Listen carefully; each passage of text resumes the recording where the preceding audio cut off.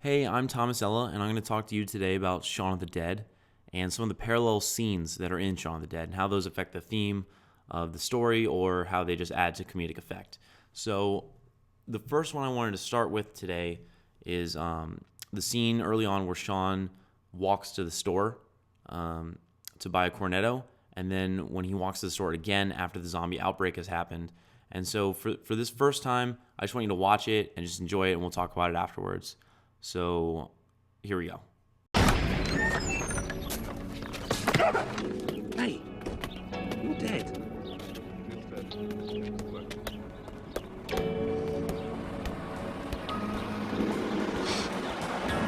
Some change, please, mate. Yeah.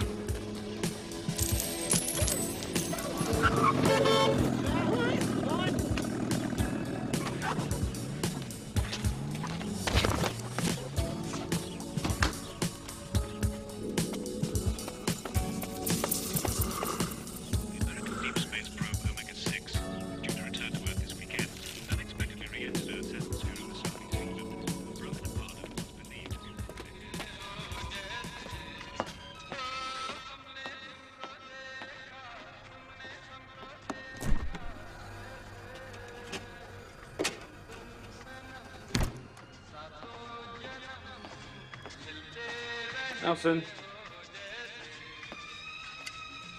Nelson. Hello, my friend. No beer today? No, it's a bit early for me.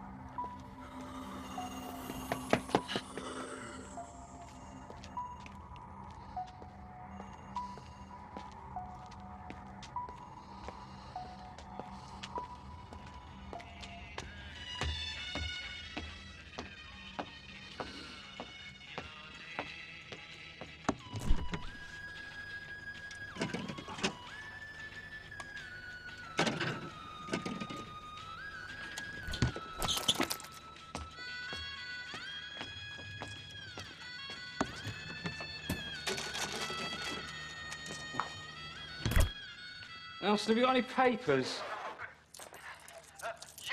Nelson. I owe you about 15p.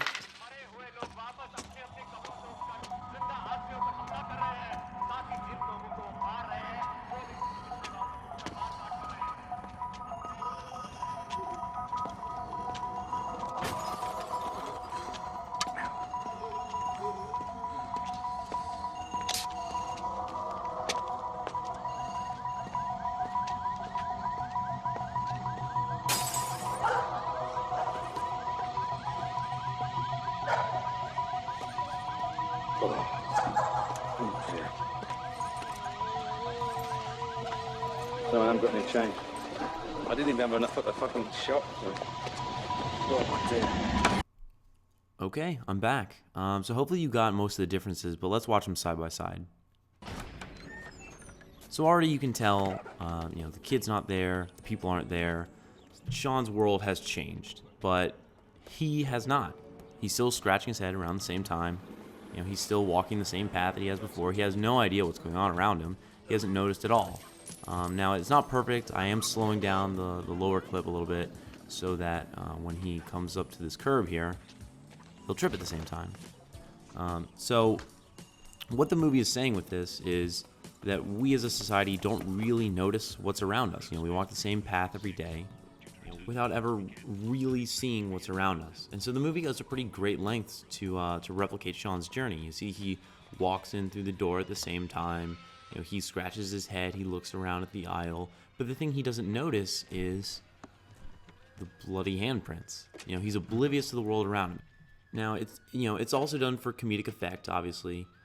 Watching Shaun just sort of slip on that, presumably a giant blood stain there, is pretty funny. But it also just goes to show like how little he realizes about the world around him. He sees that the papers aren't there, but he doesn't really get why they aren't there. He doesn't think about the why. But let's take a look at another scene. So early in the movie, Shaun walks down the hall and yawns, and then late in the movie, he does the same thing.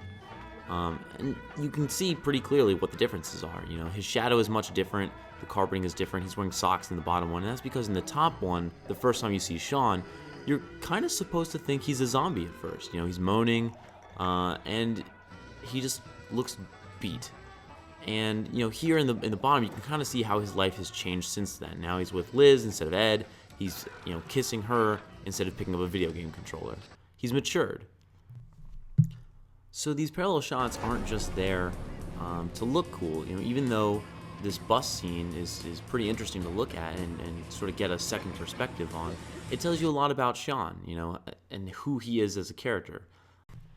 And through these parallel shots, you sort of figure out that Shaun's the kind of guy who basically operates the same whether or not there's a zombie apocalypse going on.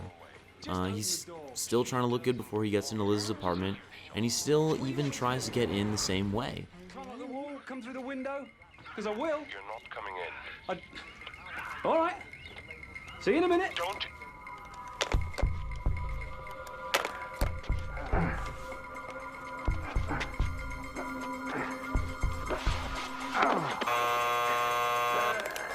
Hi, it's me again. Guys, can you let me in, please? What are you doing? I've come to get you. They do a lot more with parallelism and setting up jokes and everything in the final movie, so I highly encourage anyone who hasn't seen it already to go see it.